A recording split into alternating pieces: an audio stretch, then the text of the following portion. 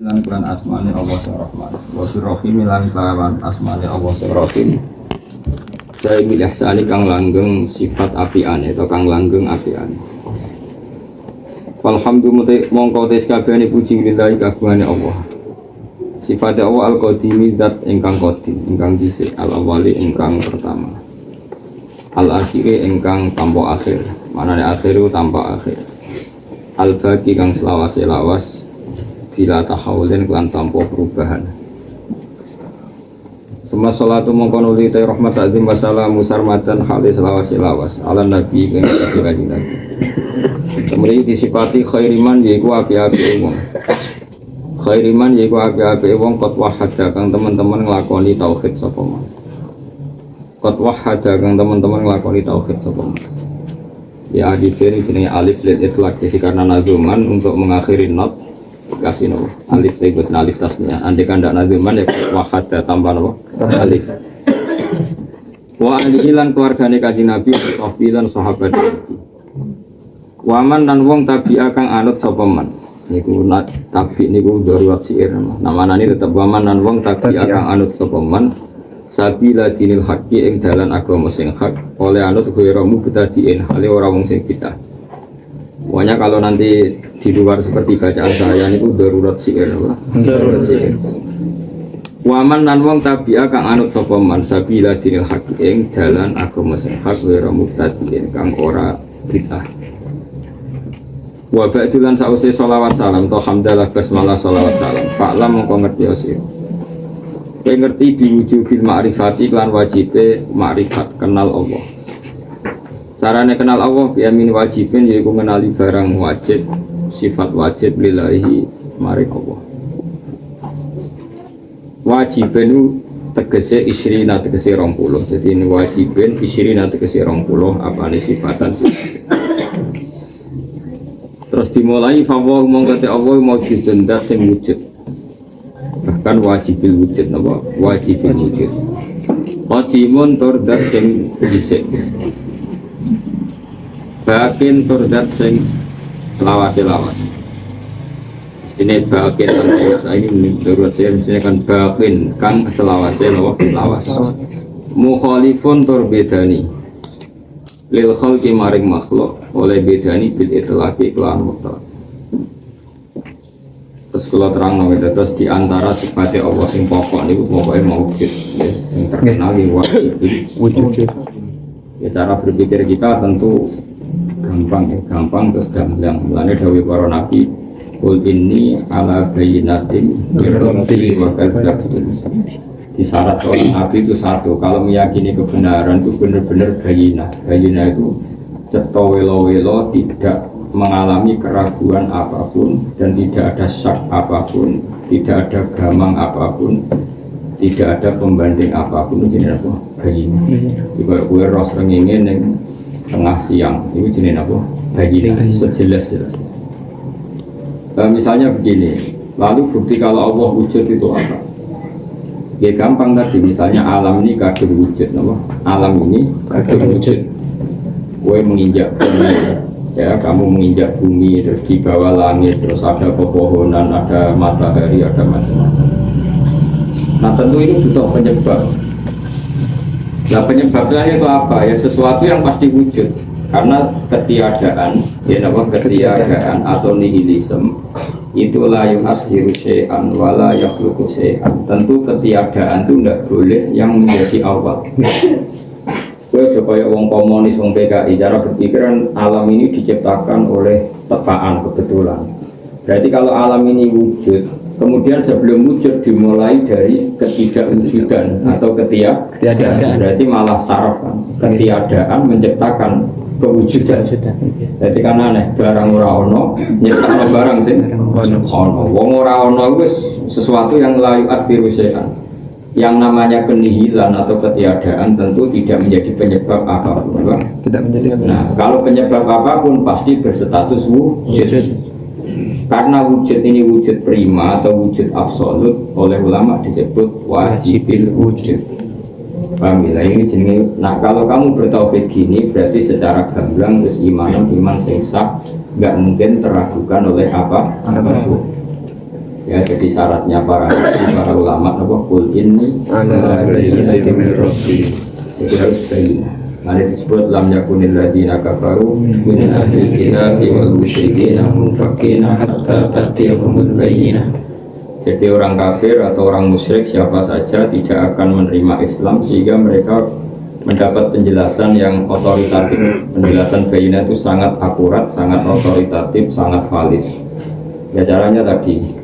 Ya seorang lagi dulu misalnya PKI atau komunis geruan itu kan kalau ngajari anak-anak komunis kan ayo anak-anak merem jaluk permen ke Tuhan setelah minta nggak dikasih berarti Tuhan nggak ada, minta berburu terus dikasih berarti yang ada berburu.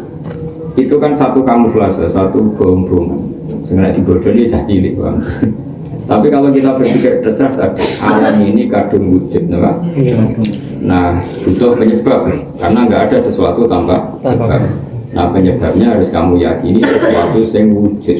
Nah, karena nggak mungkin penyebab sesuatu yang tidak wujud.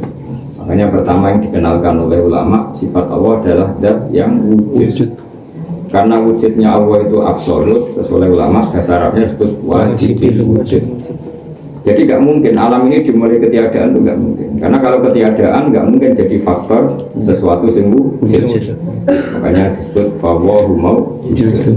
Nah kalau iman kamu sudah seperti itu, jenenge ini ala bayyinatin min rabbi. Soal orang lain nggak apa-apa, bahkan tidak tumpi. Silahkan PKI kalau nggak percaya, silahkan komunis kalau nggak percaya nggak masalah. Sementing kita sudah ala bayyinatin min rabbi. Jadi yang penting kita benar-benar iman itu alal bayyinah. Makanya disebut fa'alam annahu jadi iman itu harus bil ilmi kuat gitu. Jadi kita harus yakin karena tadi nggak mungkin alam ini didahului ketiadaan. Nggak mungkin al-adamu yasbiku mawjudan. Nanti kalau al-adam dulu berarti wujud ini diciptakan oleh al-adam. Tentu nggak mungkin kan, namanya wujud pasti diciptakan sing super wujud. Nah, super wujud itu jenis wajibil wujud. Meskipun setelah itu kita berhenti, mesti berhenti ya tinggal ngopi, tinggal santai. Namun itu nak berpikir terus sama lama was-was, nopo. Was-was, ini harus berakhir di situ. Tapi kan tetap ada bayyinah, nopo. Tadi misalnya putuskan bahwa nggak mungkin ketiadaan menciptakan sesuatu yang wujud. Jenis ketiadaan berarti tidak mungkin jadi faktor, jadi penyebab. Qadim ya tentu ya, karena Allah yang wujud, yang pertama tentu berstatus qadim. Bagian karena dia super maka akan abadi, kan otomatis kan pencipta itu super. Kalau super kan nggak bisa dikalahkan apapun. Kalau nggak bisa dikalahkan apapun tentu dia nggak ada yang bisa merusak. Akhirnya bagian apa? Bagian abadi. Terus mukhalifun khalqi karuan ya, karena makhluk semua fana. Tentu Allah tidak akan serupa makhluk, nanti kena sifat apa? Fana. Maka imun. Lalu teh Allah itu dat sing jumeneng. Mesti jumeneng berdiri sendiri tanpa butuh yang lain. Jadi meskipun Allah bikin aras, bikin kursi itu ya Allah ada sebelum kursi. Allah bikin aras ya Allah ada sebelum aras. Jadi wujudnya aras yang butuh Allah bukan wujudnya Allah yang butuh aras. Karena Allah ada lebih dulu. Artinya Allah ada sebelum ada aras dan Allah ada sebelum ada kursi.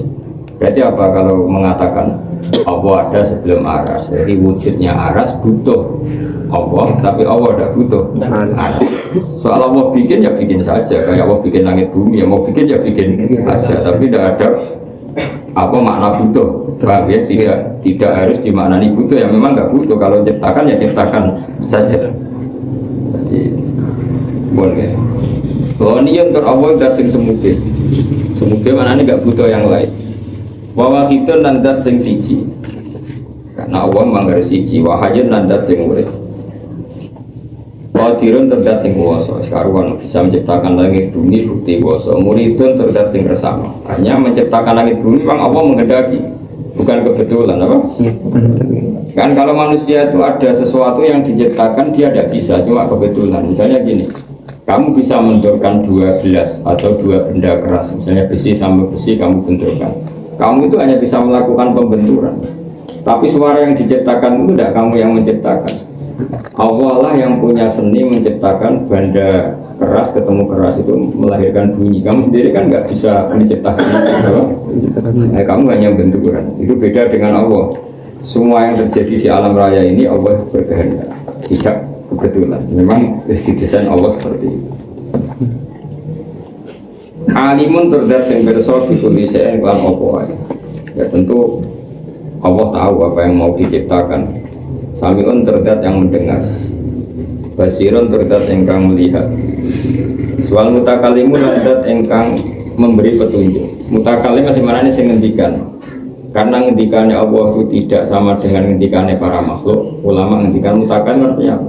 Allah akan memberi petunjuk apa saja yang dikehendaki. Karena makna mutakalim itu menunjukkan. Jadi misalnya Zaid ditanya Umar mana arah pandangan. Terus kemudian Zaid menjelaskan arah pandangan. Dia ngomong itu maknanya menjelaskan apa? Dia ngomong itu maknanya menjelaskan. Makanya ketika ulama mengatakan kalamullah itu tidak berubah huruf, tidak berubah suara, tapi tetap itu maknanya menjelaskan apa? Hanya artinya ada sesuatu yang menunjukkan. Di mana mutakalim itu pokoknya Allah menunjukkan. Di mana ngendikan itu apa? Memberi penjelasan. Soal caranya terserah pengiran. Innal kalam ala fil fuadi. Yang namanya kalam itu orang pasti paham. Jadi usah pokoknya al-kalam itu ta'aluknya bedal apa? Memberi petunjuk. Lagi tetap ketiwa ta'ala sifatun dekirabri sifat. Lagi tetap ketiwa ta'ala sifatun dekirabri sifat. Sapatun kang itu tanta dimulkang dadi urut apa sifat sapat. Ini aku dimulai katus tengdaruman lagi. Pertama itu wujud kita berkata isi yang mungkin wahdanya kudrat ilmu hayat sama kalam sudah sampai situ aja. Itu kan sifat ma'ani ya. Apa sifat ma'ani? Kemudian di isim fa'il kan sifat ma'nawi ya, tinggal membentuk sifat apa? Isim fa'il. Jadi penting iman itu kalau warai, iman itu harus bayinah, jelas welo-welo. Kayak tadi, siapapun yang punya kecerdasan, meskipun kecerdasan paling minimal, tetap tahu yang namanya barang wujud itu harus diciptakan oleh yang wujud. Tentu wujud yang pertama harus berstatus super atau absolut. Makanya kita sebut wajibil wujud. Kalau kamu sudah iman seperti itu, maka kokoh. Sehingga pertama yang dikenalkan oleh ulama, Allah itu siapa? Zat sing wajibil wujud. Kenapa begitu ya tadi? Inna fi khalqis samawati wal ardi kalau alam raya ini kadung wujud, tentu butuh penyebab. Dan penyebab itu pasti tidak nihilisme, tidak ketiadaan. Penyebab itu pasti wujud, dan wujud karena pertama super oleh orang Arab atau ulama disebut wajibil wujud. Nah, iman seperti ini namanya sudah iman sing an ilmin apa? Iman an ilmin, iman yang karena ilmu, yang sudah makom disebut fa'lam annahu la ilaha illallah. Kalau tidak seperti ini namanya iman karena taklid, karena ikut grudak. Nah ini iman yang grudak-gruduk ini diterima tidaknya mukhtalaf alaih.